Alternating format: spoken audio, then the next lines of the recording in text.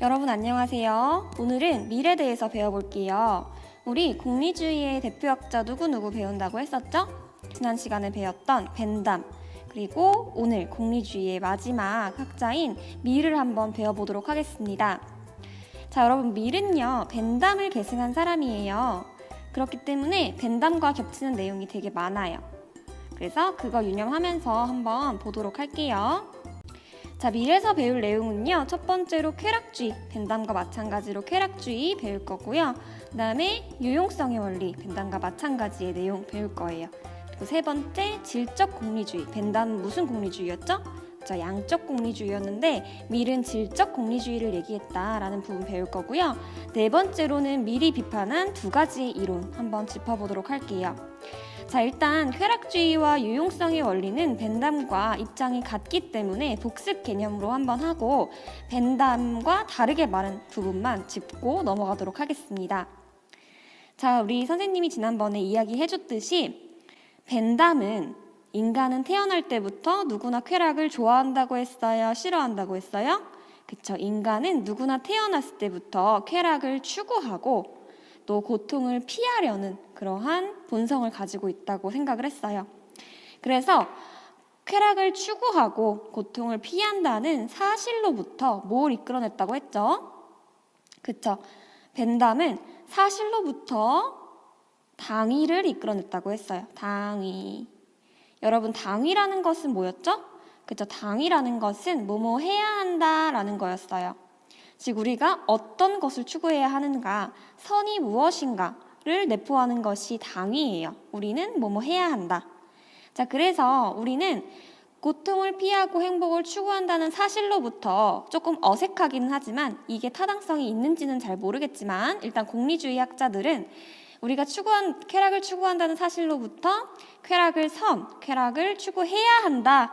그리고 고통을 피해야만 한다, 뭐뭐 해야 한다라고 이끌어내었다라는 점을 이야기하였다. 그래서 쾌락은 선, 고통은 악이라고 정하였다라는 것이 벤담, 공리주의의 의견이었어요. 그런데 밀도 이것을 계승하였기 때문에 공통적인 입장이다. 그래서 쾌락은 선이고 고통은 악이다라고 한 것이 무슨 원리라고 했냐면 공리의 원리라고 했어요.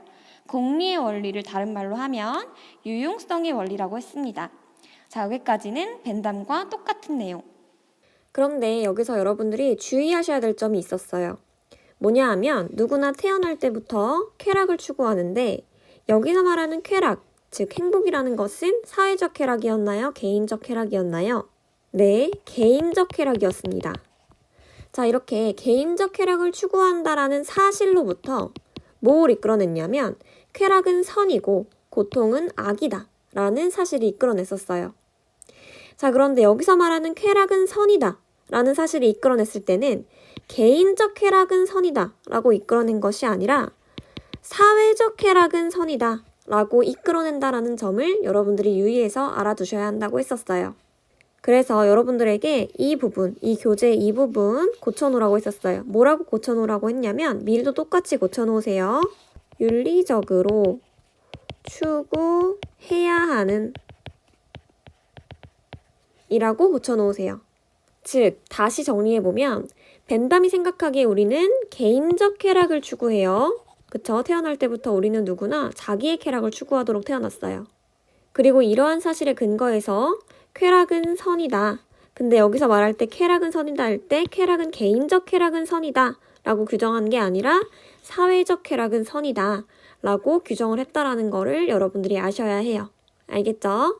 그러니까 다시 정리해보면 우리 지난 시간에 배웠던 벤담이 생각하기에 우리는 개인적 쾌락을 추구하도록 태어났어요. 그리고 이러한 개인적 쾌락을 추구한다는 사실로부터 뭘 이끌어냈냐면 선이 뭔지, 악이 뭔지를 이끌어냈어요.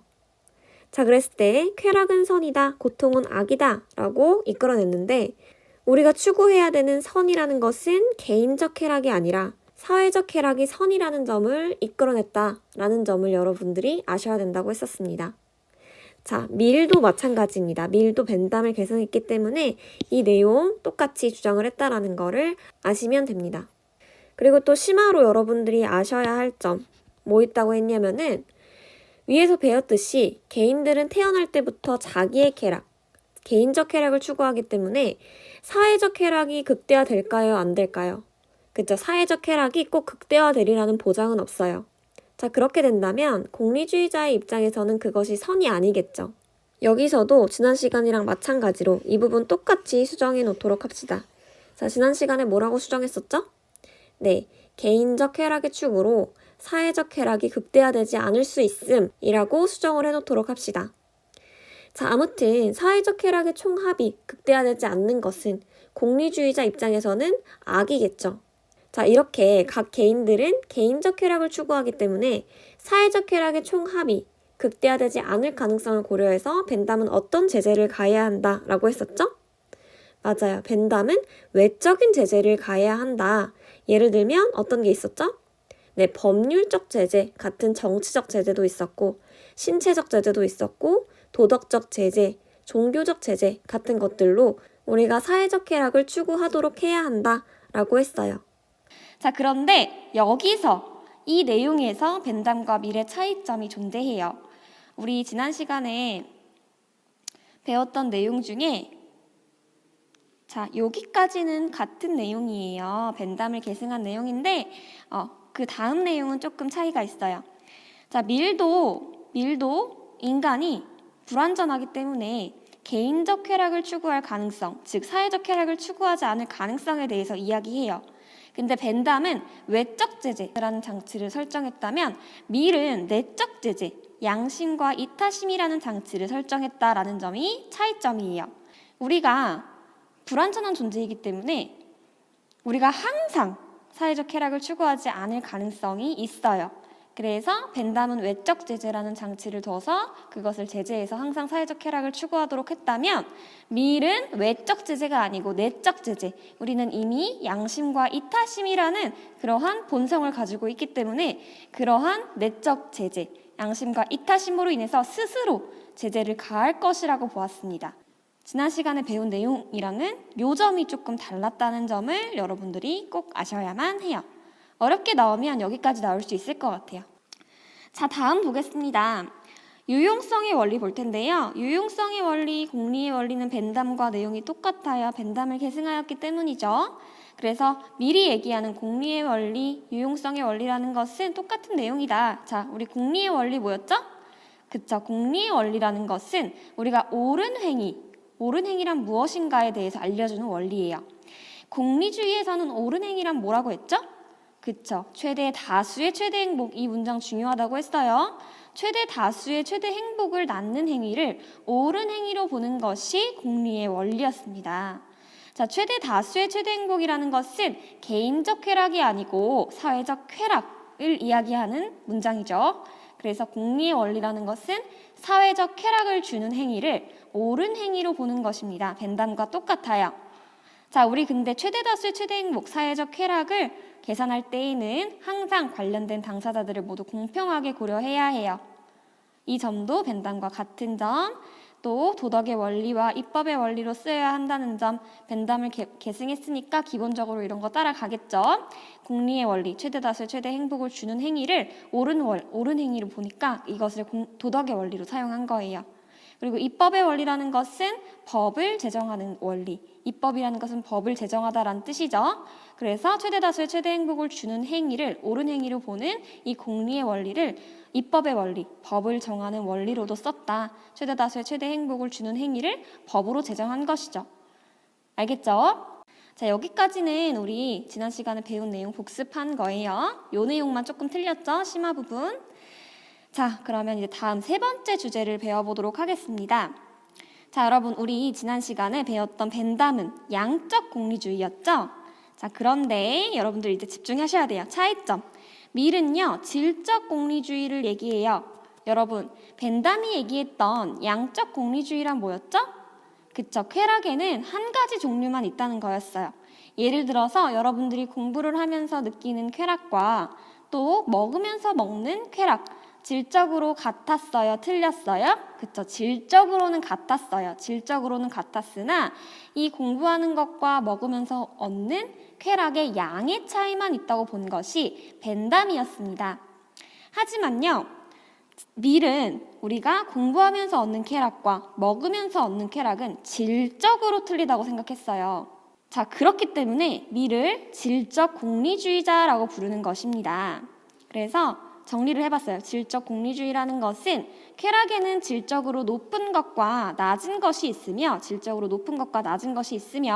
인간은 질적으로 상위에 있는 쾌락을 추구한다라고 한 것이 질적 공리주의예요. 자, 그러면 질적 공리주의에 대한 어떤 부연 설명 3가지를 보도록 하겠습니다. 자, 밀은 질적으로 높은 쾌락과 낮은 쾌락이 있다고 했어요. 그래서 이 질적으로 높은 쾌락을 정신적인 쾌락이라고 보았고, 질적으로 낮은 쾌락을 육체적 감각적 쾌락이라고 보았어요.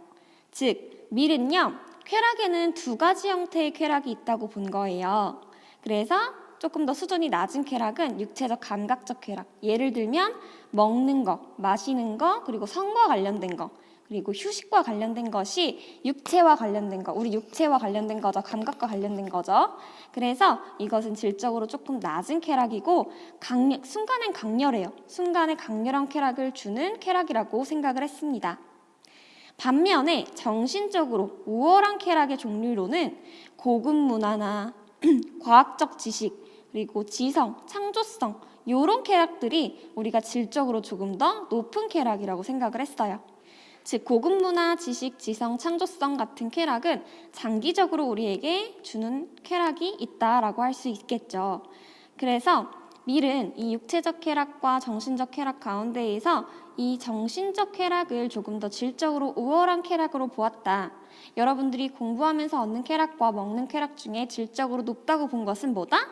그렇죠. 공부를 하면서 얻는 쾌락이 조금 더 질적으로 높은 쾌락이다 라고 생각을 한 것입니다. 자, 그러면 여러분들 궁금증이 들죠. 질적으로 높은 쾌락과 질적으로 낮은 쾌락이 있다고 하는데 이 질적으로 높고 낮음을 어떻게 우리가 알 수 있을까? 이거 궁금하지 않나요? 그거에 대해서 밀은 뭐라고 대답을 해줬냐면 쾌락 전문가의 선호, 쾌락 전문가가 선택한 쾌락이 질적으로 높은 쾌락이라고 생각을 했어요. 자, 그러면 여러분들 또 궁금증 생기죠. 쾌락 전문가란 뭐 하는 사람이길래? 라는 의문이 생기죠. 자, 쾌락 전문가는 뭐 하는 사람이냐면 질적으로 높은 쾌락도 느껴보고 질적으로 낮은 쾌락도 느껴본 사람이에요.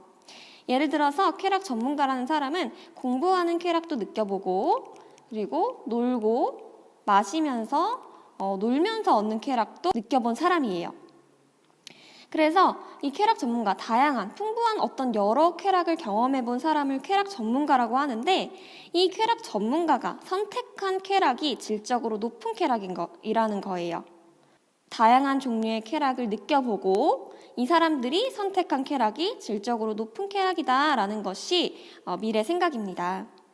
자, 그러면 또 여기서 궁금증이 들어요.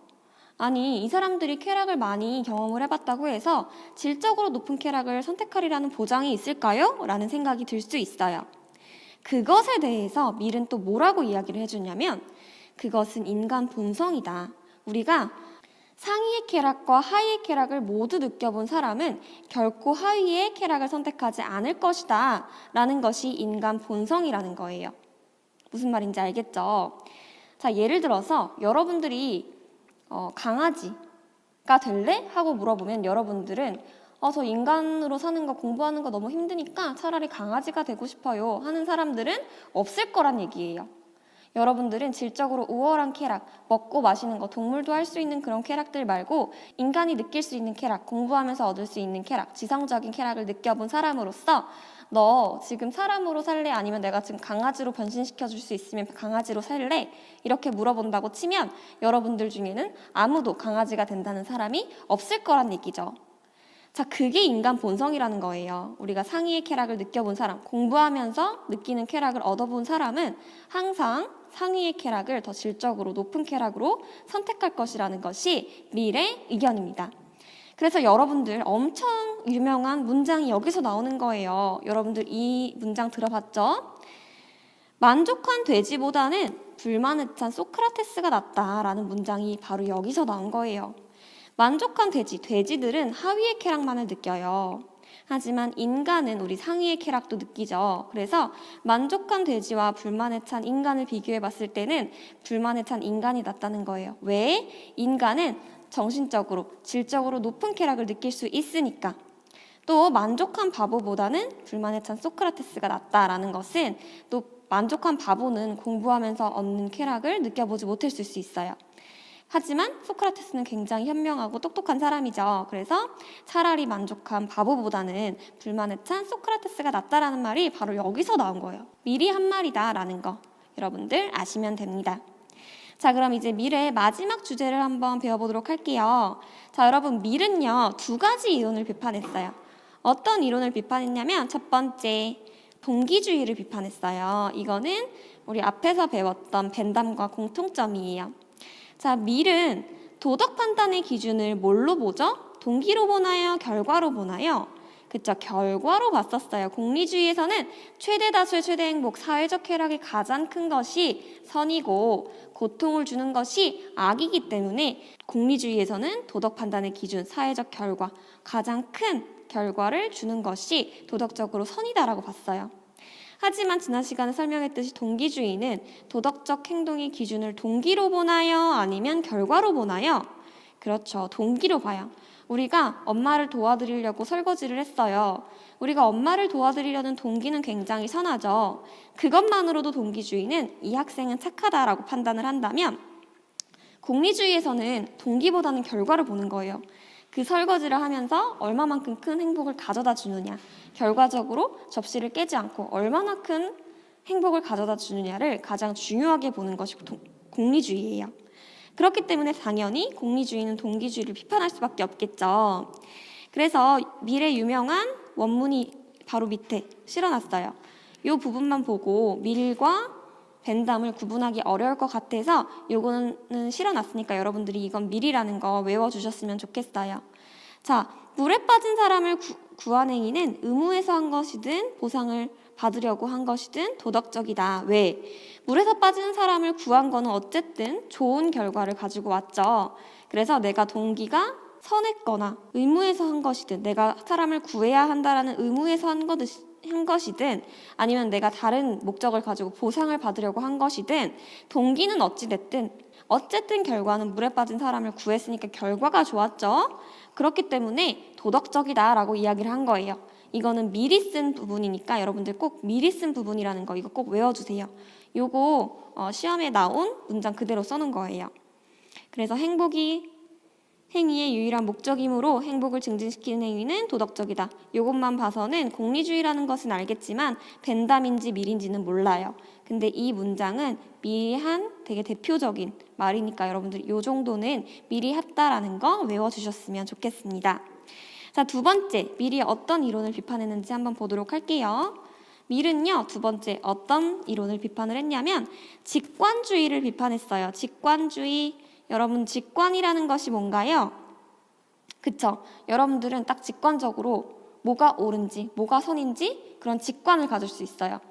여러분, 선생님이 물어볼게요. 여러분, 살인은 나쁜 것인가요? 아니면 선한 행위인가요? 라고 했을 때 배우지 않아도, 어린 아가들도 그건 배우지 않아도 직관적으로 살인은 나쁜 거예요 라고 이야기를 할 거예요. 그게 직관이에요.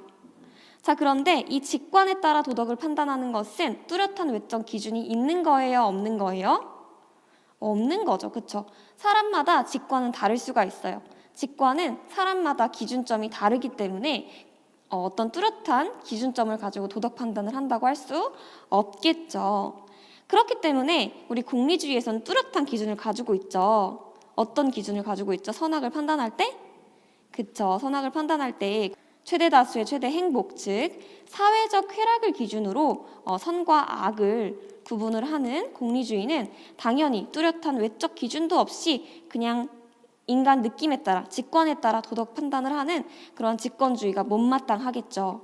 그래서 직관주의를 비판하는 것입니다. 공리주의는 사회적 쾌락이라는 뚜렷한 기준을 가지고 선악을 판단할 수 있는데 반해 직관은 어떤 외적 기준이 존재하지 않기 때문에 비판을 하는 것입니다. 알겠죠? 자, 오늘도 수고 많으셨고요. 우리 다음 시간에 보도록 하겠습니다. 안녕.